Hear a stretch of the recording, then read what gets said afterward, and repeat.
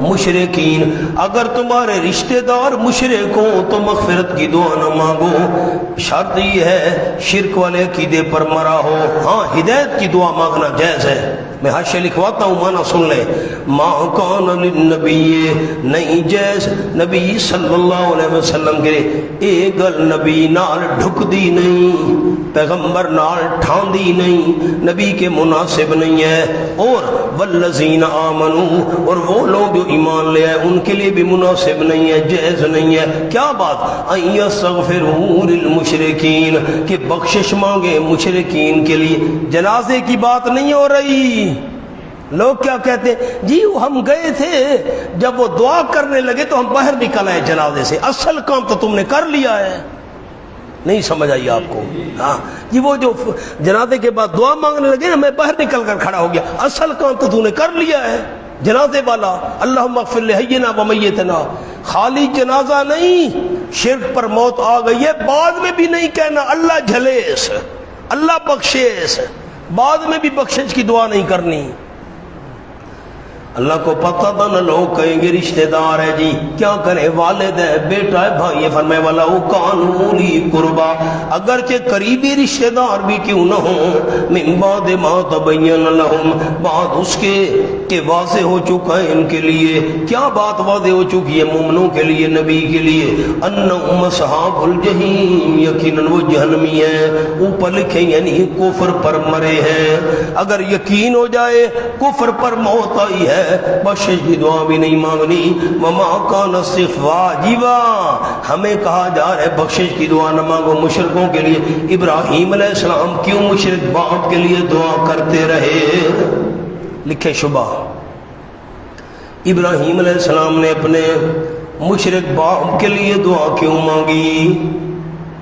ابراہیم علیہ السلام نے اپنے مشرک باپ کے لیے دعا کیوں مانگی؟ فرمایا وما کان استغفار، نہیں تھا بخشش مانگنا ابراہیم علیہ السلام کا اپنے والد کے لیے، الا مگر ام موعدۃ، بوجہ ایک وعدے کے، ان کا معنی بوجہ ایک وعدے کے، وعدہ وعدہ کیا تھا ابراہیم علیہ السلام نے اس کا، اپنے والد سے، فلما تبین لہ، جبکہ بات واضح ہو گئی حضرت ابراہیم علیہ السلام کے لیے، انہ عدو للہ، یقیناً وہ والد دشمن ہے اللہ کا۔ دشمن اللہ کا کیا معنی نیچے لکھیں، یعنی کفر پر مرا ہے۔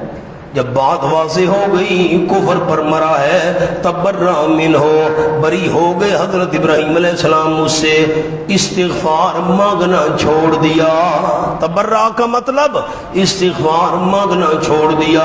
ان ابراہیم، کیوں حضرت نے وعدہ کیا تھا، علت وعدہ، اس لیے باپ سے وعدہ کیا تھا، یقیناً ابراہیم علیہ السلام لواہ، بڑے نرم دل تھے، حلیم، جلدی انتقام لینے والے نہیں تھے۔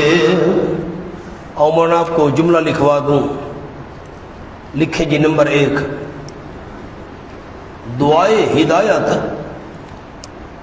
ہر زندہ مشرک کے لیے جائز ہے۔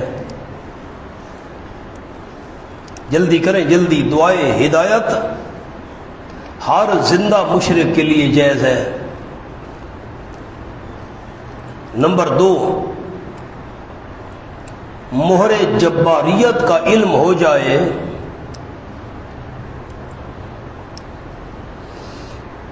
تو دعائے ہدایت کرنا بھی جائز نہیں۔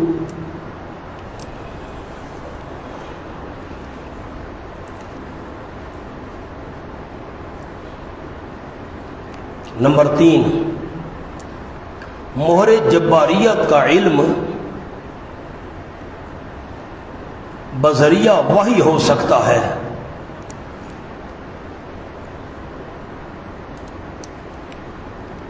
اور یہ سلسلہ حضرت صلی اللہ علیہ وسلم کی وفات سے ختم ہو چکا ہے۔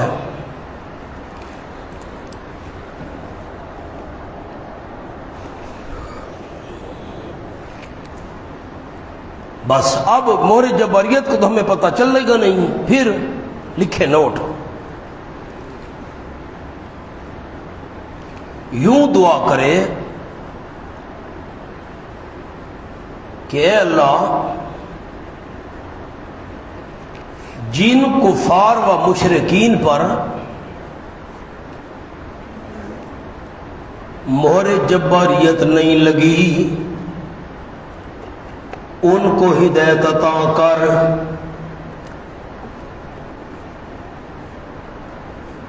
مشرکین کی ہدایت کے لیے دعا کرنی ہے تو کیسے کرنی؟ اللہ جن پر مہر جباریت نہیں لگی ان کو ہدایت عطا کر، یوں زندہ مشرک کے لیے دعا کرنی ہے۔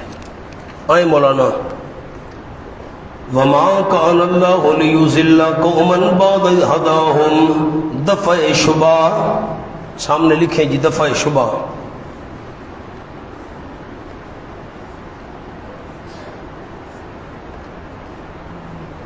اور اللہ ایسا نہیں کہ کسی قوم کو ہدایت دینے کے بعد گمراہ کر دے۔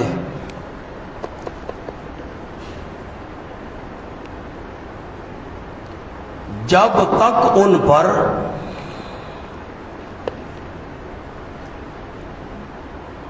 یہ بات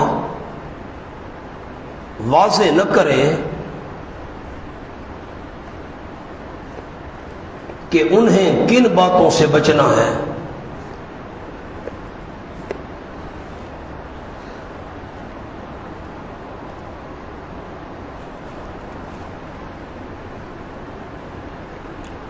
آگے لکھیں یہ جواب ہے شبے کا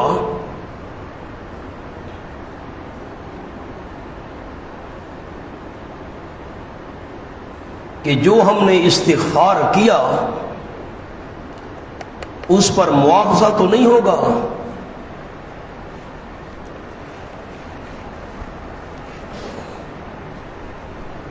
بس اللہ نے جواب دیا کہ نہ مواخذہ نہیں ہوگا جتنے تک میں اللہ کریم ایک حکم واضح نہ کر دوں، حکم واضح کرنے کے بعد پھر اگر کوئی نہ مانے تو میں گمراہی کا فیصلہ کرتا ہوں، ایسے گمراہی کا فتویٰ نہیں دیتا۔ وما كان الله ليضل قوما، نہیں اللہ کریم کہ گمراہی کا حکم لگائے۔ لیضل کا کیا معنی ہے؟ ترجمے والے قرآن میں آپ کو یہ معنی نہیں ملے گا، ہاں یہ مغالطے نکال دیں آپ۔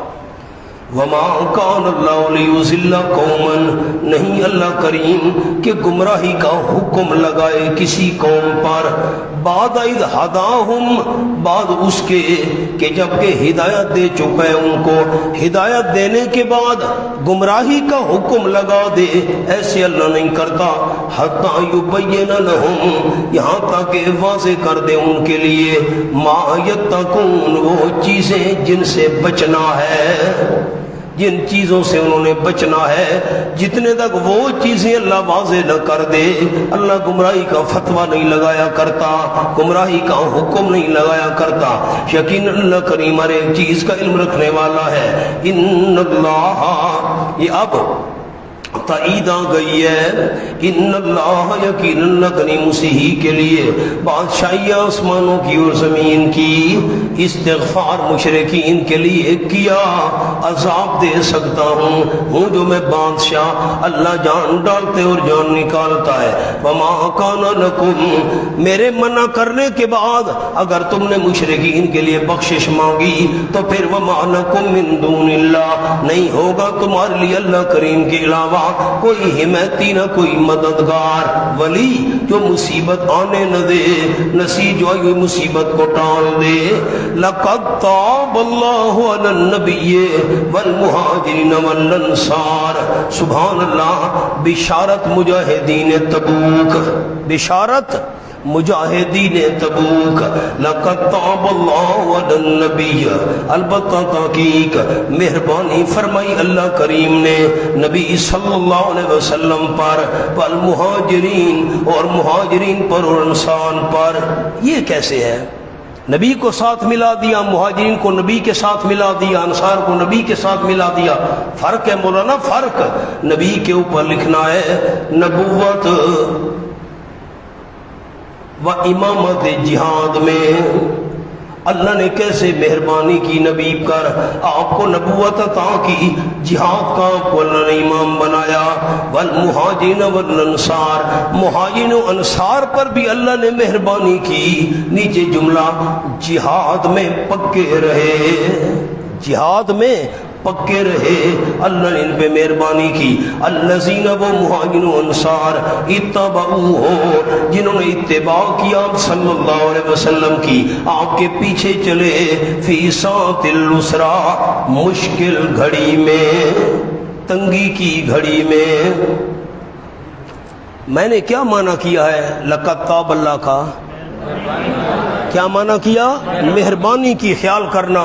آپ کوئی اشکال نہیں ہے، اگر توبہ کا یہ معنی کرو گے نا توبہ والا، تو پھر نبی سے کون سی غلطی ہوئی تھی معاذ اللہ کہ اللہ نے توبہ قبول کی، یہ معنی نہیں کرنا۔ مہاجرین انصار سے کون سی غلطی ہوئی تھی تبوک کے موقع پر کہ اللہ کریم نے ان کی توبہ قبول کی؟ نہ، معنی کیا کریں گے؟ اللہ نے مہربانی کی، رجوع فرمایا۔ لقد تاب اللہ علی المؤمنین، علی النبی والمہاجرین والانصار۔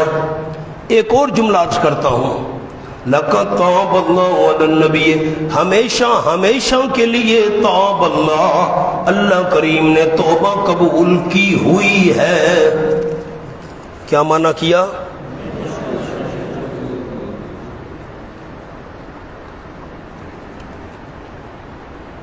کیا معنی کیا؟ ہمیشہ ہمیشہ، مراد دوام توبہ، لکھیں جی، مراد دوام توبہ، یعنی ہمیشہ ہمیشہ کے لیے توبہ منظور کر لی ہے۔ یہ دوسرا قول عرض کر رہا ہوں، یعنی اللہ کبھی ان کو اکیلا نہیں چھوڑے گا، یہ معنی ہے، اللہ کبھی ان کو اکیلا نہیں چھوڑے گا، اور مہربانی والا معاملہ کرو، کوئی اشکال نہیں ہے۔ من بعد ما قادا، بعد اس کے قریب تھے، یزیغ قلوب فریقن، کہ ٹیڑے ہو جاتے دل ایک جماعت کے، ٹیڑے ہوئے نہیں، قریب تھے ٹیڑے ہو جاتے دل ایک جماعت کے ان میں سے، ثم تاب علیہم، پھر رجوع کی اللہ کریم نے ان پر۔ نیچے لکھیں یعنی سنبھال لیا، یعنی سنبھال لیا، انہ بہم رؤوف الرحیم، یقین اللہ کریم ان کے ساتھ نرمی کرنے والا ہے، شفقت کرنے والا، رحم۔ یہ دل ٹیڑے ہونے سے کیا مراد ہے؟ جملہ لکھیں سامنے،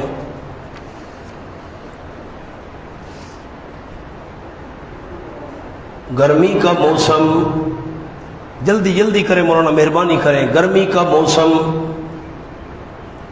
لمبے سفر کی تکالیف، کھجور کی فصل تیار، جس پر ساری گزران تھی،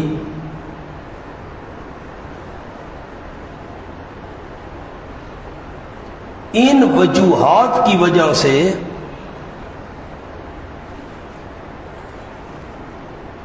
وسوسہ آنے کا اندیشہ تھا،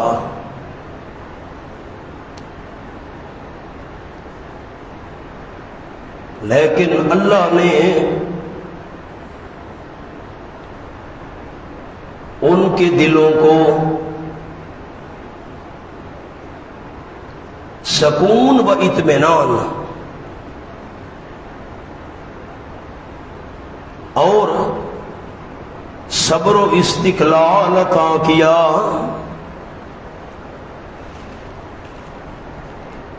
بس وسوسے آنے کا خطرہ تھا، گرمی کا موسم ہے، 700 کلومیٹر سفر ہے، پھر کھجور پکی ہوئی ہے، جائیں کہ نہ جائیں، وسوسہ آنے کا اندیشہ تھا، اللہ نے وسوسہ آنے ہی نہیں دیا، دل قریب تھے، وسوسہ ان میں آتا، لیکن نہ۔ آؤ مولانا، وعلى الثلاثة الذين خلفوا سبحان اللہ، یہ آ گئے وہی تین بندے علی الثلاثہ، اس کا تعلق بھی لقد تاب سے ہے۔ لقد تاب اللہ، اللہ کریم نے رجوع فرمایا، مہربانی کی ان تین پر۔ اب اس کا عطف کس پر ہے؟ یہ النبی پر۔ لقد تاب اللہ علی النبی، لقد تاب اللہ علی الثلاثۃ الذین، البتہ تحقیق مہربانی کی اللہ نے تین بندوں پر، الذین وہ تین بندے، خلفوا جو پیچھے چھوڑے گئے تھے۔ کیا مطلب ہے پیچھے چھوڑے جانے کا؟ نیچے لکھیں من قبول التوبہ، من قبول توبہ، توبہ قبول کرنے سے پیچھے چھوڑے گئے تھے۔ فی الحال ان کی توبہ قبول نہیں ہوگی، 50 دن گزرنے دو، چھوڑے گئے تھے پیچھے قبول توبہ سے، حتی اذا ضاقت علیہم الارض، یہاں تک کہ جب تنگ ہو گئے ان کے اوپر زمین، بما رحبت، ما مصدریہ با سببیہ، بوجہ فراخ ہونے کے، مصدری معنی کیا وَضَاقَتْ عَلَيْهِمْ أَنفُسُهُمْ، اور تنگ ہو گئے ان کے اوپر ان کے نفس، ان کی جانیں بھی تنگ ہو گئی، کوئی بولتا نہیں تھا، گھر والے بھی، بیویاں بھی، بیٹے بھی، سارے رشتہ دار، سلام کا جواب دینے کے لیے کوئی تیار نہیں تھا، تنگ ہو گئی ان کے اوپر ان کی جانیں۔ وَظَنُّوا، انہوں نے یقین کر لیا، اللہ ملجا من اللہ الا الیہ، کہ نہیں کوئی جائے پناہ اللہ کی طرف سے الا الیہ، مگر اسی ہی کی طرف، جائے پناہ ہے تو اللہ کریم ہی کی طرف ہے۔ ثم تاب علیہم، پھر خاص توجہ فرمائی اللہ نے ان پر، تابہ پر لکھے خاص توجہ، اللہ نے خاص توجہ کی ان پر، لیتوبوا، تاکہ آئندہ بھی توبہ کرتے رہیں۔ کیا معنی ہے لیتوبوا؟ آئندہ بھی توبہ کرتے رہیں، اگر کوئی کمی بیشی ہو بھی جائے آئندہ توبہ کرتے رہیں۔ ان اللہ هو التواب الرحیم، یقیناً اللہ وہی ہے توبہ قبول کرنے والا، رحم کرنے والا۔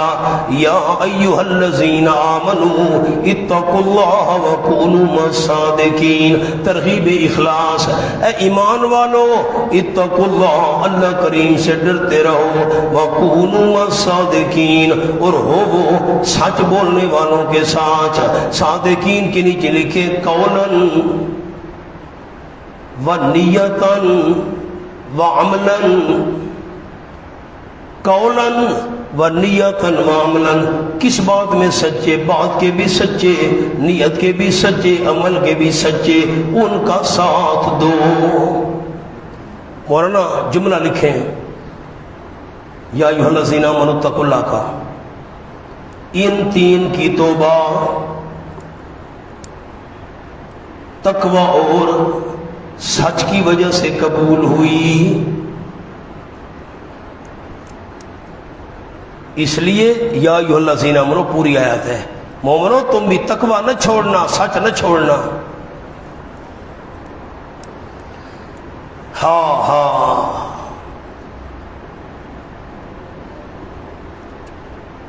میں سرگودھا پہنچا ایک دفعہ، بڑی پرانی بات ہے، ہمارے استاد شیخ التفسیر والحدیث استاد العلماء حضرت نیلوی صاحب رحمۃ اللہ علیہ دورہ تفسیر پڑھا، اتفاقاً یہی آیت تھی، جب میں پہنچا تو یہ ربط بیان فرما رہے تھے نیلوی صاحب رحمۃ اللہ علیہ، یا ایھا الذین آمنوا اتقوا اللہ وکونوا مع الصادقین، ان تین کی توبہ تقوی اور سچ کی وجہ سے قبول ہوئی، مومنو تم بھی تقوی اور صدق نہ چھوڑنا۔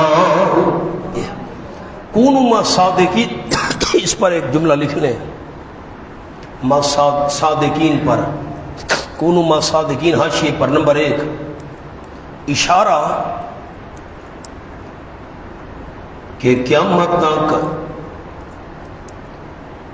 سچے لوگ مسلمانوں میں رہیں گے،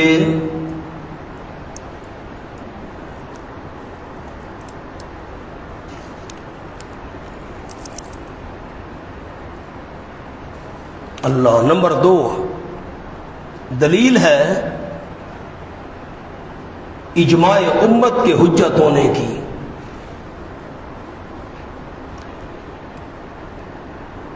کہ سب مسلمان گمراہی پر جمع نہیں ہو سکتے،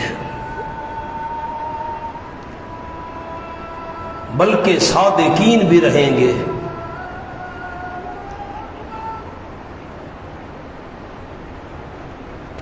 کیا جملہ لکھوایا مولانا؟